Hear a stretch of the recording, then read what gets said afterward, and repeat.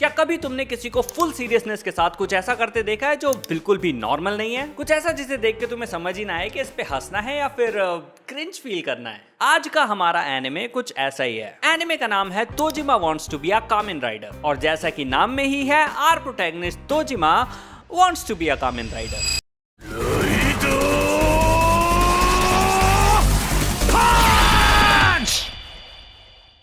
कामेन Rider एक TV character है, और अगर तुम्हें नहीं पता है कि ये कौन सी बला है तो तुम इसको शिनचैन का एक्शन कामेन समझ सकते हो। वो वाला कामेन कामेन राइडर से ही आया है। ये एक हीरो है जो विलन से लड़ता है, पर अपने एनिमे की दुनिया एकदम नॉर्मल और रियलिस्टिक है, जिसमें हमारे मेन कैरेक्टर का गोल एकदम एब्सर्ड लगता है। और इन्हीं एब्सर्ड सिचुएशंस के थ्रू ये एनिमे हमें बार बार ऐसे कुएं में ढकेलता है जहां डिस्कम्फर्ट और कॉमेडी एक साथ एग्जिस्ट करते हैं। और आज हम यही डिकोड करेंगे कि कैसे ये एब्सर्डिटी ही इसे इतना फनी बनाती है। हमारा 40 साल का बुढ़ऊ तोजिमा कोई चोजन वन नहीं है, और ना ही कोई एक्स्ट्राऑर्डिनरी इंसान है। लाइफ भी कुछ खास इंटरेस्टिंग है नहीं। सुबह उठना, दिहाड़ी मजदूरी करना, लौट के आना और सो जाना। उसकी तो बैक स्टोरी भी ट्रेजिक नहीं है। तो आखिर उसे अलग क्या बनाता है? उसके अंदर का बच्चा। दरअसल कैलेंडर तो आगे बढ़ गए, पर वो नहीं। कामेन राइडर बनने का उसका बचपन का सपना आज भी जिंदा है। चाहे तो इसे इमेच्योरिटी भी बोल सकते हो, लेकिन इमेच्योरिटी और रिफ्यूजल में फर्क है। जब सोसाइटी तुम्हारे सपने छीन नहीं पाती तो वो उन्हें आर्काइव कर देती है। वो रियलिटी और रिस्पॉन्सिबिलिटीज से तुम्हें इस तरह हिट करती है कि तुम्हारा सपना बस एक धुंधली याद बन के रह जाता है। But Tojima refuses to let his dream die. वो तो उल्टा इसे अपनी आइडेंटिटी बना चुका है। उसका सपना था कामेन राइडर बनना, और उसने इस सपने को कभी जाने नहीं दिया। तो क्या तोजिमा बस एक डिल्यूजनल बंदा है जो कभी बड़ा नहीं हो पाया? ये बोलना उतना ही गलत होगा जितना तुम्हारी एक्स के साथ पैचअप हो जाना। तोजिमा जॉब करता है, बिल्स भरता है, रियलिटी को समझता है। उसे पता है कि सोसाइटी इस जोकर पने को एक्सेप्ट नहीं करेगी, लेकिन इस सब के बावजूद वो हमें कन्विंस करता है कि ना तो वो डिल्यूजनल है और ना ही वो कर रहा है। He is damn too serious for a dream जो पॉसिबल है ही नहीं। और यही चीज इसकी कॉमेडी का राज है। लेकिन कैसे?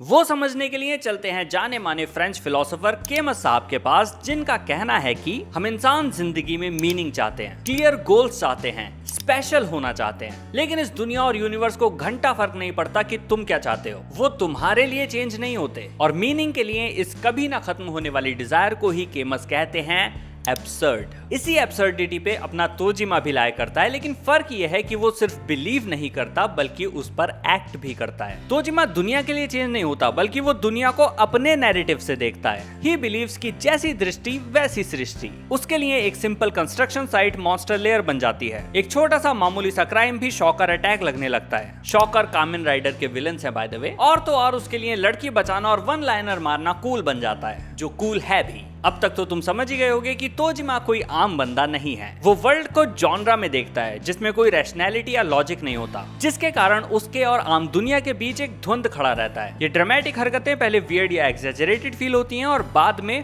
फनी। और फनी इसलिए क्योंकि वो सीरियस है और इस पर बिलीव करता है, लेकिन दुनिया वो उसे चूतिया समझती है। When a belief so strong clashes with reality, तो एक अजीब सी सिचुएशन क्रिएट होती है। उदाहरण के तौर पर मूमिन राइडर जो हरकतें अपनी दुनिया में करता है वो उसके लिए आम बात है, लेकिन अगर तुम सूट और मास्क पहन के भावेश जोशी बनने निकल पड़ो और पुलिस तुम पे लठ बरसा दे तो हैरान मत होना। डायनेमिक्स का यही मिसमैच तोजिमा और उसकी दुनिया के बीच भी एग्जिस्ट करता है, जो कि इसकी कॉमेडी को जन्म देता है। लेकिन क्या ये सिर्फ कॉमेडी है? नहीं। बात इतनी सिंपल होती तो मैं इस पूरी वीडियो की जगह एक छोटू सा शॉर्ट ही बना देता। एक कंसेप्ट होता है लीप ऑफ फेथ, यानी कि उम्मीद और भरोसे की वो छलांग जो तुम तब भी लगाते हो जब लॉजिक कहे कि मत लगाओ। तोजिमा का हीरो बनना लॉजिकल नहीं है, लेकिन वो फिर भी जंप करता है। और जब कोई आदमी नोइंगली इररेशनल चीज को फुल सिंसेरिटी के साथ चूज करे तो उसमें एक टेंशन होती है। ये ट्रेजिक भी है और कॉमिक भी। Tragic because no one believes in Tojima. He is alone and old, and उसकी हरकतें सबके लिए मजाक है। और जैसे ही हम एज व्यूअर्स तोजिमा के लिए सैड फील करते हैं, ये शो ट्रेजेडी को कॉमेडी से ओवरशैडो कर देता है, क्योंकि तोजिमा खुद को विक्टिम नहीं समझता, वो अपने ही डिल्यूजन में जीता है। वो लूफी की तरह ही गूफी है, लेकिन कॉमेडी यहाँ पर सिर्फ स्टूपिडिटी नहीं बल्कि कमिटमेंट भी है। ध्यान देने वाली बात यहाँ पर यह है कि वो दुनिया से भाग नहीं रहा है और ना ही वो दुनिया को रिजेक्ट कर रहा है। वो बस इंसिस्ट कर रहा है कि दुनिया में हीरोज और विलेंस एग्जिस्ट करते हैं। So does he really spend the entire anime chasing a fantasy? तो रुको जरा, सबर करो। हमारा बुढ़ऊ भी मेरी तरह रैशनल होना चाहता है। क्या मतलब मैं डिल्यूजनल हूँ जो 15,000 व्यूज आने पर भी यूट्यूब कंटिन्यू कर रहा है? सो तोजिमा रैशनल प्रोफेशनल बनना चाहता है और रियलिटी ने उसे आईना भी दिखा दिया रहता है, और शायद वो गिव अप भी कर देता अगर यूनिवर्स अपना साइलेंस ब्रेक ना करता। और होती है गेमर्स की एब्सर्डिटी से भी ज्यादा एब्सर्ड, अनप्रेडिक्टेबल और अजीब सी चीज, यूनिवर्स स्टार्ट्स आंसरिंग तोजिमा's विशेस। तोजिमा के लिए 40 साल बाद ही सही रियलिटी और फिक्शन के बॉर्डर्स थिन होने लगते हैं। उसे हीरो बनने का मौका भी मिलता है और वो हीरो बनता भी है, जिसके साथ एब्सर्डिटी को ज्वाइन करती है सिचुएशनल कॉमेडी। धीरे धीरे हम एपिसोड दर एपिसोड तोजिमा जैसे ही कई और कूल कैरेक्टर्स से मिलते हैं, जैसे Yuriko Okada, hero name Electrowave Human Tackle, पहचान 2 बड़े संतरे कहना गलत होगा, तरबूज। ये एक 24 साल की हाई स्कूल टीचर है और ये भी सुपर हीरो बनना चाहती है जस्ट लाइक तोजिमा। ये स्मार्ट, खूबसूरत और इंसेनली स्ट्रॉन्ग है, जो सैक्रिफाइस करने और सड़क पे कपड़े बदलने से बिल्कुल नहीं डरती। वहीं 32 साल के इचियो शिमामुरा का मानना है कि कामेन राइडर V3 सबसे स्ट्रॉन्गेस्ट वर्जन है कामेन राइडर का। बचपन में बैटमैन ने उसके पेरेंट्स की हत्या कर दी थी, जिसके बाद से उसका गोल है कामेन राइडर V3 बन के उन्हें अवेंज करना। फिर है मित्सुबा शिमामुरा, इचियो का छोटा भाई। ये बाकियों से नॉर्मल फील होता है और इसलिए भाई की बंदी भी है। याद दिला दूं कि तुम्हारी नहीं है। अपने भाई की तरह इसको भी कामेन राइडर बहुत पसंद है और इसका हीरो नेम है राइडर मैन। लेकिन मित्सुबा की गर्लफ्रेंड युकारिसु एक शॉकर कॉम्बिटेंट है, यानी कि विलेन की पपेट। जो भी शॉकर कॉम्बिटेंट बनते हैं उनके माइंड पर एक कंडीशनिंग हो जाती है, जिससे वो बुरे काम करने से बच नहीं सकते, यानी कि नो फ्री विल। पट मित्सुबा के प्यार में गिरने के बाद शॉकर कॉम्बिटेंट रहते हुए भी युकारिसु इस कंडीशनिंग से आजाद हो जाती है, और फिर मित्सुबा और ये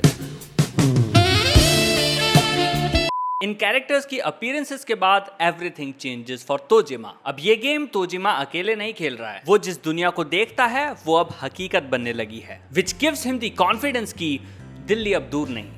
सिंपल टर्म्स में अगर एक अकेला इंसान किसी इम्पॉसिबल चीज पर बिलीव करे तो वो पागलपन लगता है, लेकिन जब मल्टीपल लोग उसी बिलीव को शेयर करें और उस पर एक्ट करें तो छोटी सी ही सही पर एक इंटर सब्जेक्टिव रियलिटी बन जाती है। ये कैरेक्टर्स फर्मली बिलीव करते हैं कि ये कामेन राइडर हैं और वर्ल्ड इनका stage, and together they make it true. यहाँ एक सिंपल आइडिया अप्लाई होता है, रियलिटी स्टेबल तभी है जब लोग उस पर अग्री करें और साथ में उस पर एक्ट करें। और यहाँ पर अग्रीमेंट पार्शियल है, बिलीव शेयर्ड है, लेकिन इंटरप्रिटेशन अलग अलग है। और यही वजह है कि एक क्लीन शेयर्ड रियलिटी बन नहीं पाती। यानी अगर कोई हल्क स्मैश चिल्लाएगा तो कोई इट्स हीरो टाइम, और जब ये क्लैरिटी मिसिंग होती है तो हर रिएक्शन जितना होना चाहिए उससे ज्यादा लगने लगता है। बिल्कुल प्रियदर्शन की मूवीज की तरह, जहां कैरेक्टर्स एक सेम गोल की तरफ बढ़ते हुए भी अलग अलग डायरेक्शन में उछल कूद करने लगते हैं, जिससे जन्म होता है सिचुएशनल कॉमेडी का। याद है मैंने कहा था कि यूनिवर्स तोजिमा की विशेस को आंसर करने लगता है। चीजें सिर्फ इमेजिनेशन या सिचुएशनल नहीं रहती जब हमें पता चलता है कि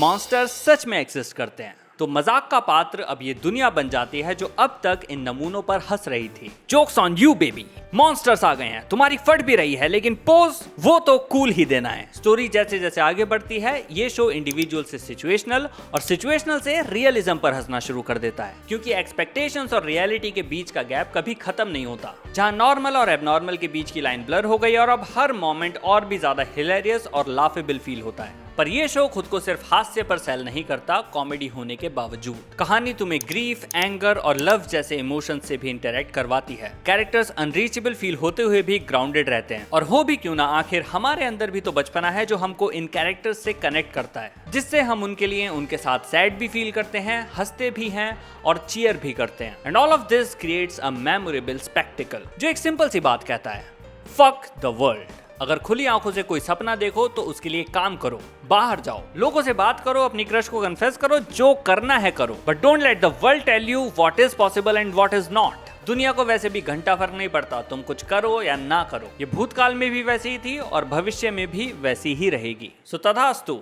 करो अपने मन की। कभी कभी लगता है अपुन ही होमलैंडर है। ये एनिमे वन पंच मैन के साथ एयर हुआ था अक्टूबर 2025 में। दोनों का प्लॉट अलग है, थीम्स भी अलग हैं, लेकिन जॉनरा काफी आसपास है। दोनों में ही सुपर हीरोज हैं, एक्शन है और एब्सर्ड कॉमेडी है। पर जहां वन पंच मैन सीजन 3 ने सबको डिसअपॉइंट किया, वहां सेम टाइम पर इस एनिमे ने वो किया जो वन पंच मैन को करना चाहिए था, and that is being actually funny and having good animation. I genuinely believe कि इस एनिमे को उतने लोगों ने नहीं देखा है जितना ये कमाल का एनिमे डिजर्व करता है। If you like one punch man तो do give this a try. मेरे घर का चूल्हा जलता रहे उसके लिए लाइक और सब्सक्राइब करना ना भूलें। This is anime TM talks. Thanks for watching.